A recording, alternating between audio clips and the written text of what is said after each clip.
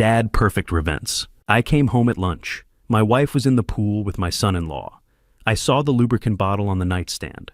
Silently, I swapped the liquid for industrial glue and locked the door.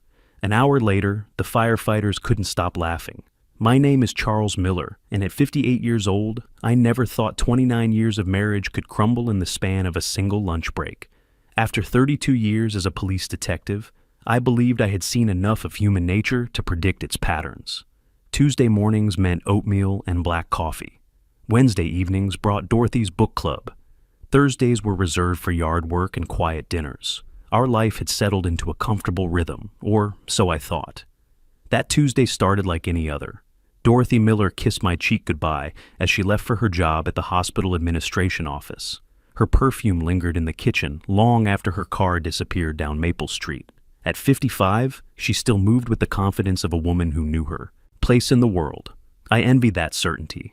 I had been retired for 2 years now after spending 32 years in law enforcement. My pension of $3,400 a month, combined with Dorothy's salary of $4,200, kept us comfortable in our modest 2-story home. Nothing extravagant, nothing that would draw attention. That was how I preferred it. The morning dragged on with its usual mundane tasks. I watered Dorothy's rose garden, sorted through bills, and attempted to fix the squeaky hinge on the garage door. By 11:30, my stomach was growling, and I remembered the leftover meatloaf Dorothy had prepared the night before. A quick drive home for lunch seemed like the perfect break from my aimless retirement routine. I pulled into our driveway at exactly 12:15, noting that Dorothy's Honda was parked in its usual spot. Strange. She typically ate lunch at her desk, always complaining about having too much work to leave the office. Maybe she had come home sick. I used my key quietly, not wanting to wake her if she was resting. The house felt different somehow, charged with an energy I couldn't identify. The living room was empty, but I could hear muffled voices coming from the direction of our backyard pool. Dorothy had been after me for months to use the pool more often. "We spend all that money maintaining it, Charles, and you never even get in," she would say. Perhaps she had decided to take her own advice and was enjoying a midday swim. I moved through the kitchen toward the sliding glass door that led to our patio, but something stopped me before I reached it.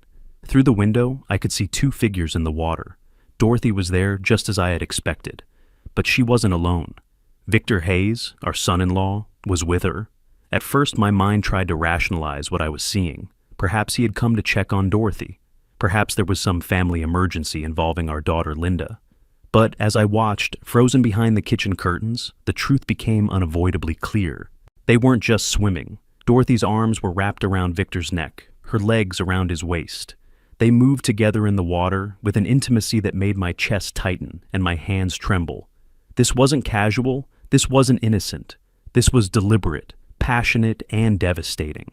I watched my wife of 29 years kiss the man who had married our only daughter, Linda Miller, 5 years ago. I watched her touch him the way she used to touch me, back when we still touched at all.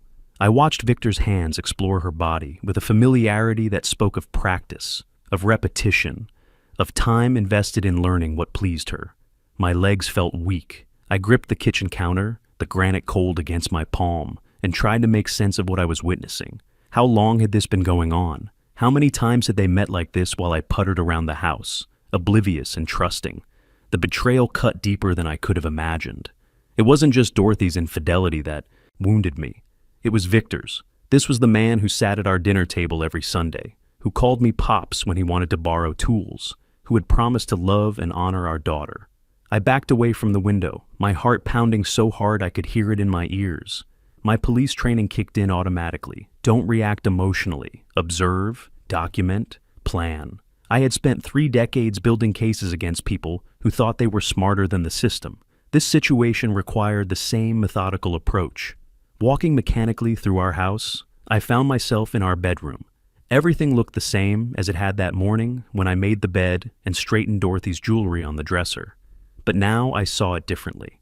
I saw it as the stage for her deception, a crime scene waiting to be processed. That's when I noticed the small bottle on Dorothy's nightstand. At first I thought it was hand lotion, but as I picked it up, I realized what it was: personal lubricant. The expensive kind that Dorothy had claimed we didn't need anymore back when we still shared physical intimacy. She had prepared for this. She had planned for Victor to come here, to our bed, to our sacred space. The calculation of it made me nauseated. I stood there holding that bottle, and something inside me shifted. The hurt began to transform into something harder, colder. If Dorothy wanted to play games, if she wanted to treat our marriage as something disposable, then perhaps it was time she learned that actions have consequences.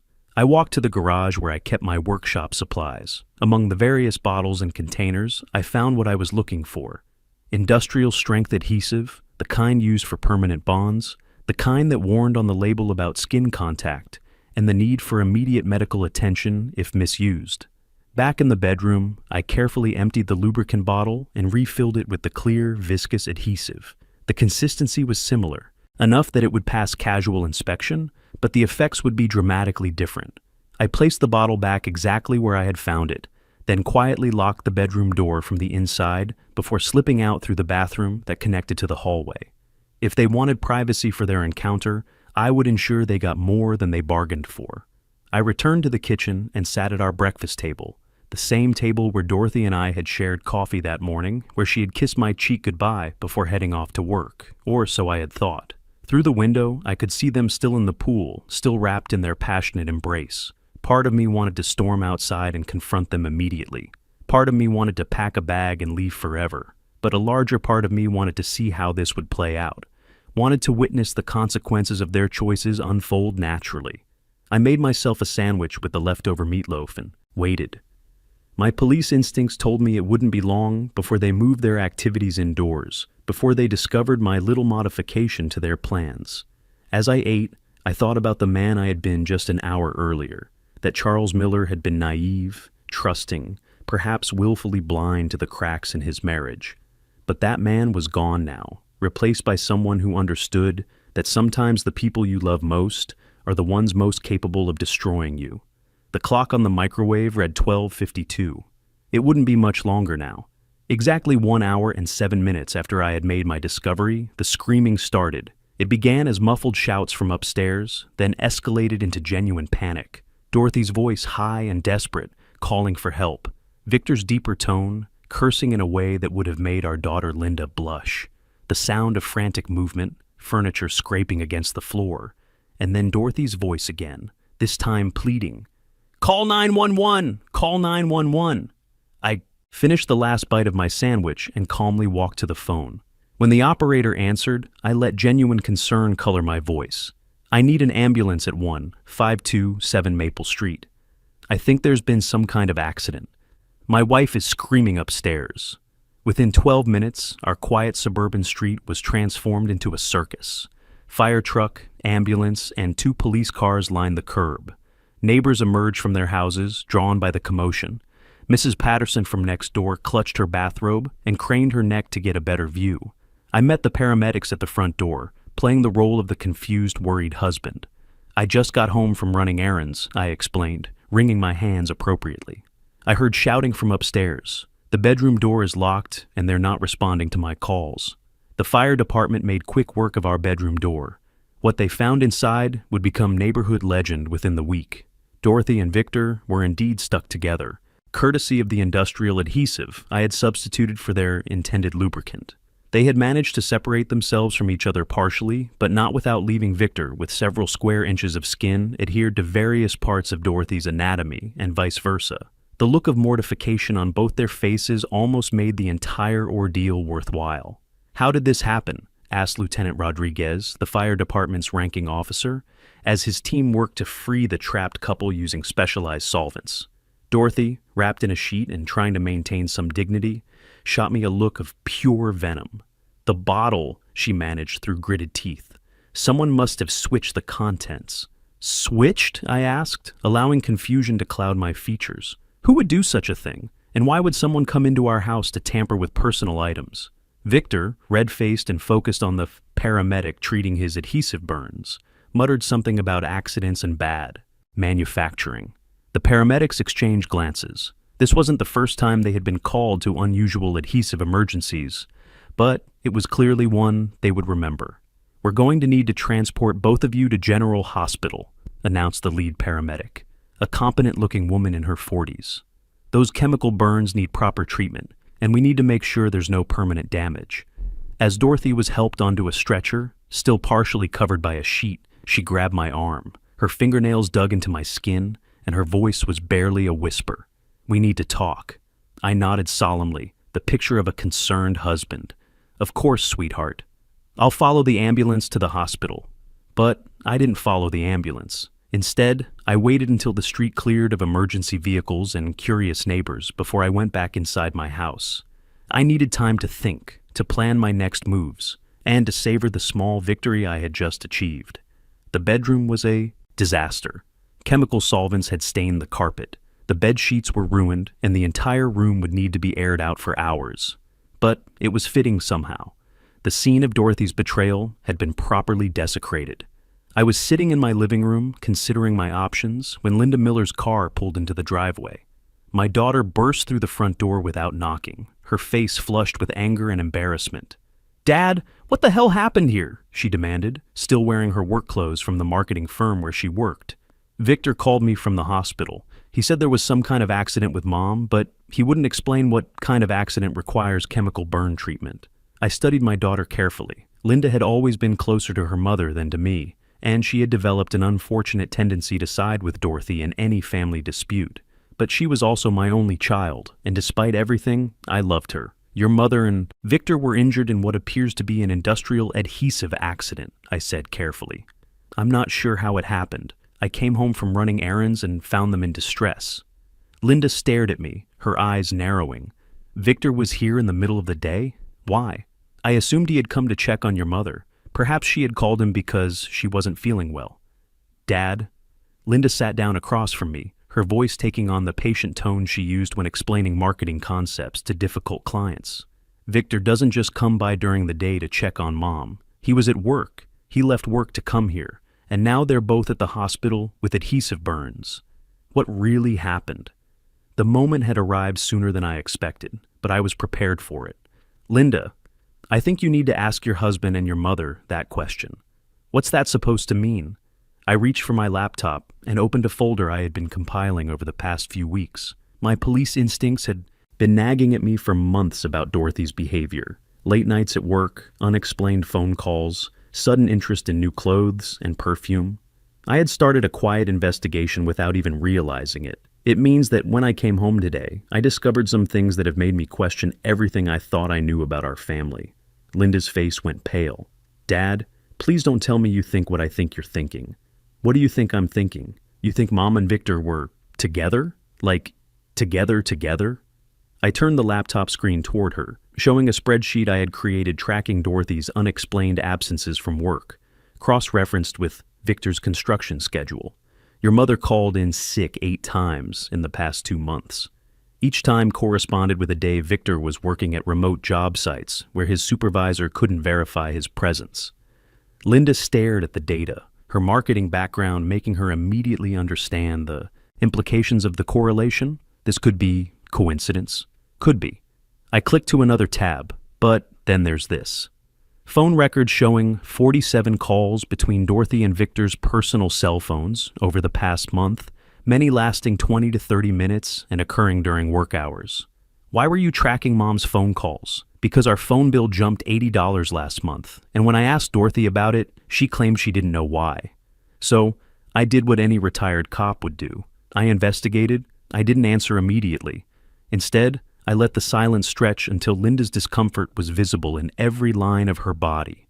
"Your mother and Victor were found in a compromising position in our bedroom," I said finally. "The rest, I think, speaks for itself."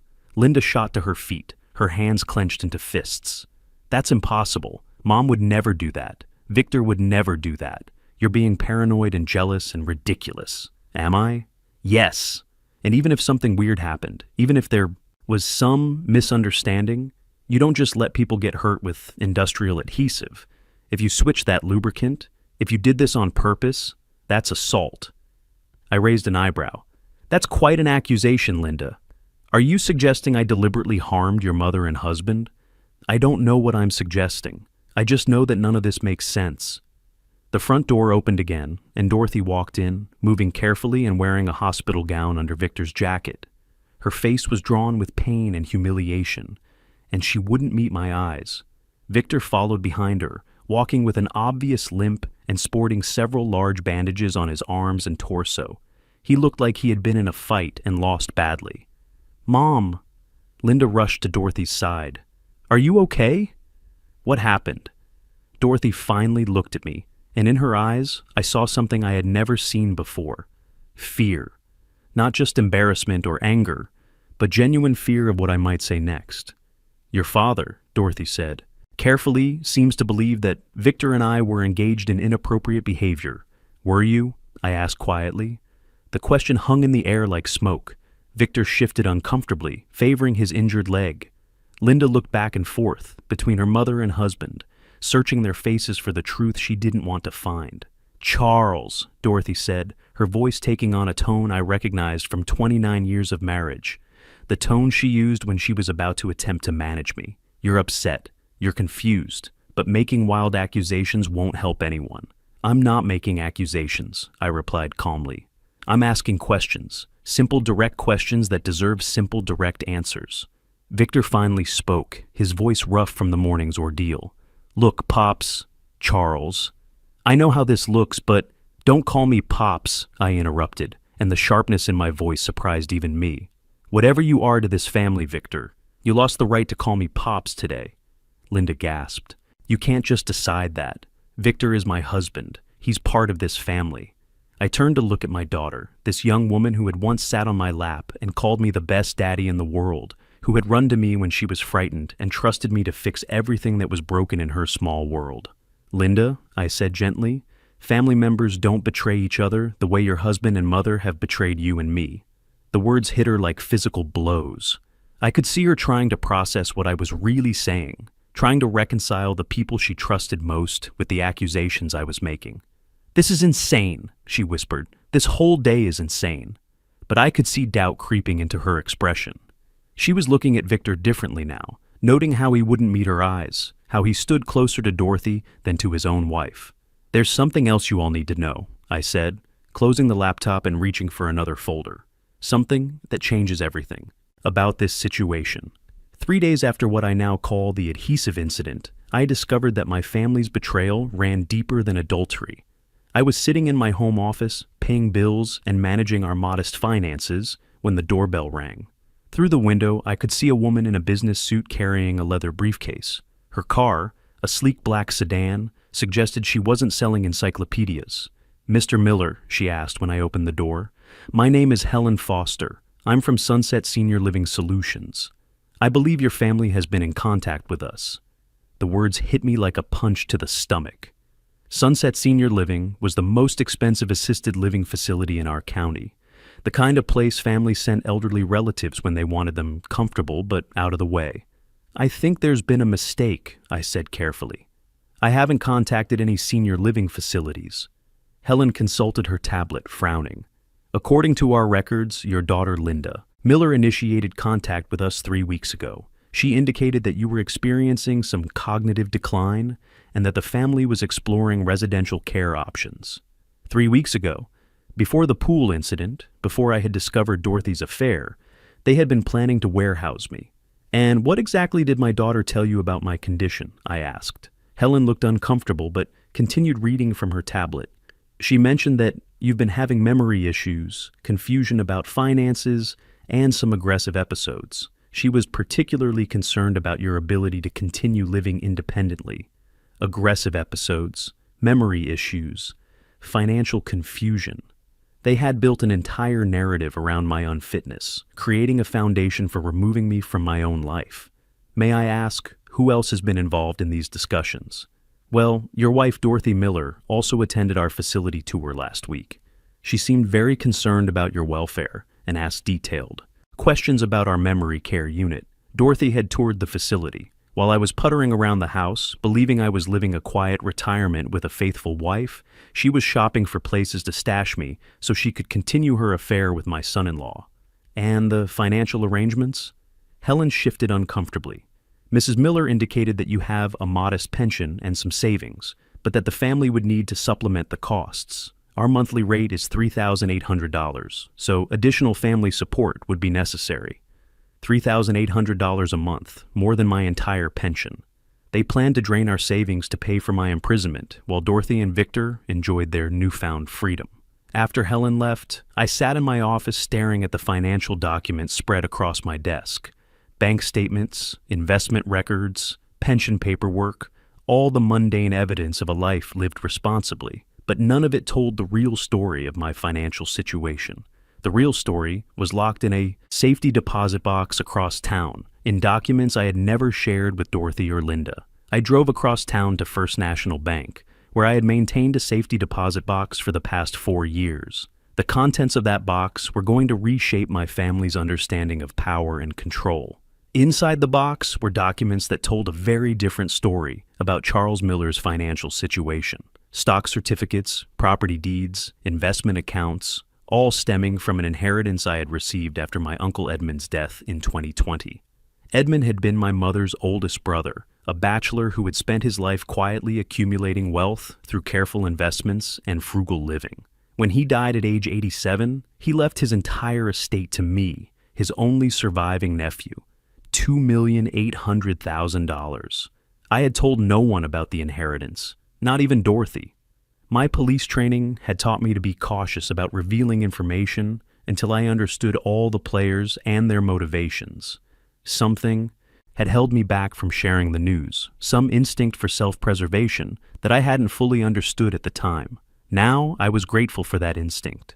The money had been invested conservatively, generating enough income to more than double my apparent financial resources. But I had continued to live on my pension, maintaining the fiction that we were a middle-class couple with modest means. That evening, I called Patricia Stone, the finest divorce attorney in the state. Her reputation for being ruthless, meticulous, and expensive was legendary. Her hourly rate of $450 would have been impossible on my pension, but it was pocket change against my real net worth. "Mr. Miller," she said during our phone consultation, "based on what you've told me, this could be one of the most clear-cut cases of marital misconduct I've seen in 15 years of practice. Your wife committed adultery, conspired to have you declared incompetent, and attempted to gain control of assets she believed that you possessed. What can we expect in terms of settlement?" Patricia's voice carried a predatory edge. "In this state, adultery is grounds for fault-based divorce. Given the evidence you've compiled and the fact that your inheritance is separate property, I believe we can ensure your wife receives only what she's entitled to under law, which is essentially nothing." The next morning, I arranged for Dorothy to be served with divorce papers at her office. I wanted the humiliation to be public, witnessed by her colleagues who would gossip about it for months. I also scheduled a family meeting for that evening. It was time to reveal the full scope of what I knew and what I possessed. Dorothy arrived home that evening looking shell-shocked. Victor was with her, apparently now openly part of her support system. Linda came separately, her face showing the strain of the past few days. "Before anyone says anything," I announced, "there's something you all need to understand about your situation." I spread the contents of my safety deposit box across the coffee table. Bank statements, investment records, property deeds, all bearing my name and numbers that made Dorothy gasp audibly. "What is this?" she whispered, staring at a statement showing an account balance of $1,400,000. "This is what you don't know about your husband," I said calmly. "This is what Victor doesn't know about his father-in-law. This is what Linda doesn't know about the man you were planning to lock away in an assisted living facility." The silence that followed was absolute. Even Linda's breath seemed to catch as she tried to process what I had just revealed. $2.8 million? Dorothy's voice was barely audible. Plus investment growth over 4 years. My current net worth is approximately $3,200,000. Linda stared at me as if I had just announced I was an alien from another planet. "Dad, that's not possible. We live in this little house. You drive a 10-year-old Honda. You clip coupons. I live modestly by choice. Linda, I wanted to see what kind of people you all were when you thought I had nothing to offer but my pension and my love." The impact of this revelation was immediate and devastating. I could see the calculations running behind their eyes, the realization of what they had thrown away, what they had risked, what they had lost. Victor was the first to speak. "You're a millionaire, And you let us think you were just some poor retiree? Yes. And now you understand what you've lost, Dorothy.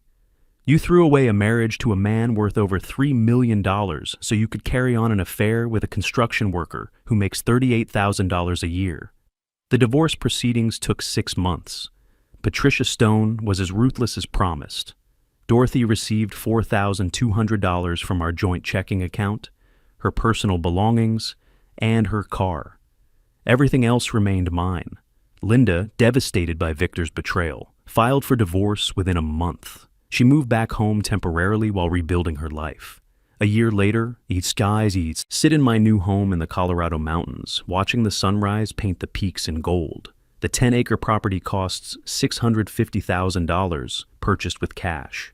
Linda visits often, our relationship rebuilt on honesty and mutual respect. Dorothy and Victor lasted 8 months together before their relationship crumbled under financial pressure and mutual distrust. Love built on betrayal rarely survives reality. I learned that sometimes the most loving thing you can do is refuse to be taken advantage of, even by family. My new life is built on truth, dignity, and the hard-earned wisdom that respect must be demanded, not hoped for. Sometimes the greatest revenge isn't destroying your enemies. It's building a life so fulfilling that their betrayal becomes the best thing that ever happened to you. They thought they were playing me for a fool, but the real fool is someone who mistakes kindness for weakness and underestimates a man who's spent decades learning that patience and preparation always beat impulse and greed.